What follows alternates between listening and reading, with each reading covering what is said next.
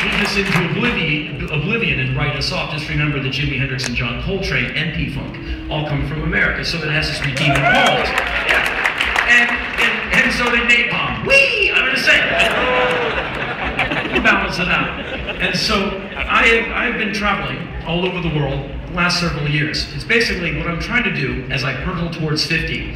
I have decided that my role in life, I finally found a job. I now have a job. Now that I'm almost 50, I finally have a full-time job. My full-time job is to stick it to the man. And I know that sounds, I cannot tell you what an old and hackneyed term sticking it to the man is. It's so 1975. The first time I heard it, my coffee shot through my nose. I thought it was so funny.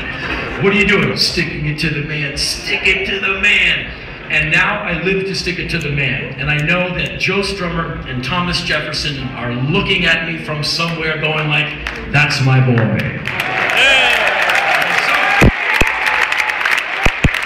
here's what I've been doing. In my feeble attempt to stick it to the man, I used my last president, George W. Bush, as my tour guide and travel agent. When he would rattle the sabers at a country, they're evil. They're evildoers. They're proliferators. What does that mean? I don't know. I'm just surprised I can say it. I would get a visa for that country and go to that country as quickly as I could, walk down the streets of the names of which I could not pronounce, shake as many hands as I could with my stock one-liner. Hey, my name's Henry, I'm from America, what's happening? Because my theory is that Homo sapiens, we, the human race, we were born to move. You were born to get a passport.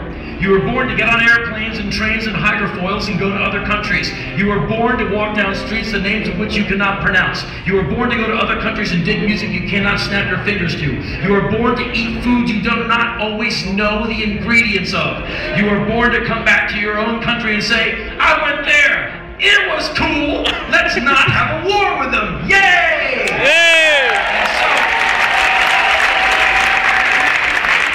And in a day and age where every video game has you blowing people's heads off, I go to countries and I walk down these streets. And I did this when my president shook his sabers at Iran and said, Iran is evil. I went, oh, one for Iran, please. And I tried for weeks to get a visa to go to Iran in America. I kept getting the runaround. You can't get a visa. You know, they said I could. Call back tomorrow. So I called back the next day. You called the wrong number. But you told me. We never spoke. I talked to you yesterday. I recognize your voice. Click. And one guy finally said, the only way you're going to get a visa to get to Iran is to go to Dubai.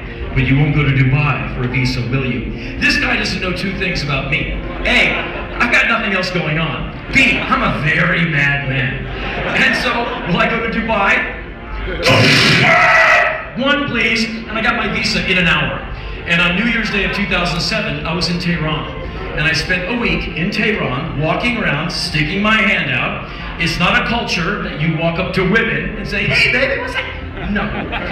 But a man can walk into any store where a lot of men hang out, like a barbershop situation, and eventually they come up to the glowing white man who's looking at everything in their shop, and one guy will break the ice and say, do you speak English? I sure do. What are you doing here? I said, I came here to meet you. My name's Henry, man. What's happening? And then the next question is always the same. Did you come alone? Uh-huh. Really? Just to meet people? I said, pal, I came here just to meet you. Really? Yeah, what's happening? Would you like to meet my nephew? Yeah, hey man, I'm Henry, what's happening? And within 10 minutes, me and 3 Iranian guys are hanging out in the store talking about everything from the weather to Mahmoud Ahmadinejad to George W. Bush and the future of both of our countries. And so I do this all the time, and I come back to America and I say, guess what? I went to Tehran and the water's fine. The guy on CNN, he was full of shit. We can all get along. Whee! Waiting for the sniper's bullet to take me out. Because my propaganda is going against it.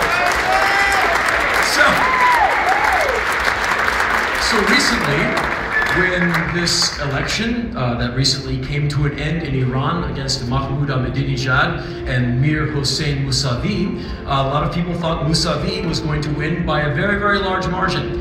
And it seems, if we are to believe the Ayatollah, that Mousavi lost by a very, very large margin. Quite honestly, many of you may be disappointed in the result of that election.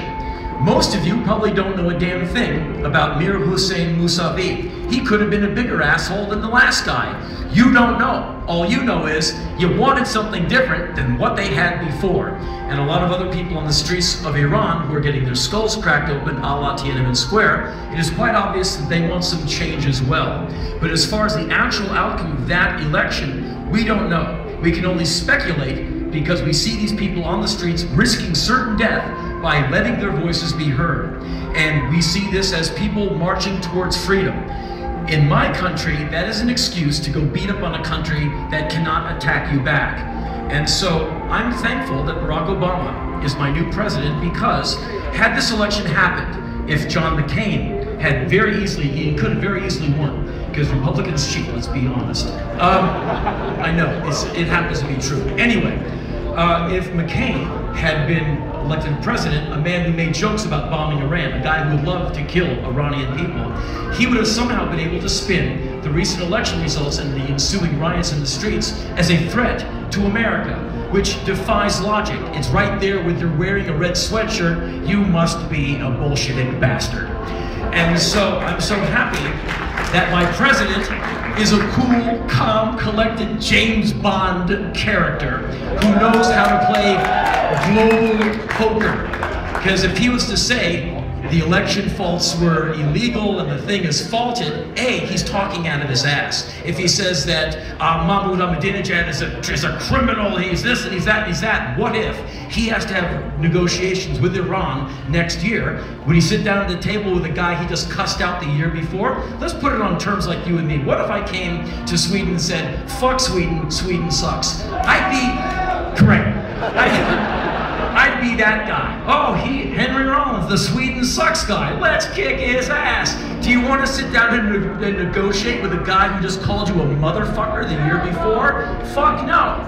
And so my president, he's smart. Unfortunately, many macho motherfuckers in my country who want these big Hollywood endings seem to think they are living in the middle of a Steven Seagal film, where they're going to run across the Iraqi border into Iran, guns blazing with cool Aikido whoop-ass moves, and evade thousands of bullets, and free the hot chick, and save the child, and kick the ass off the bad regime, and democracy and capitalism will reign supreme, and the oil will go right out of the country and be dry as a bone, and we'll go find democracy elsewhere. And so, unfortunately,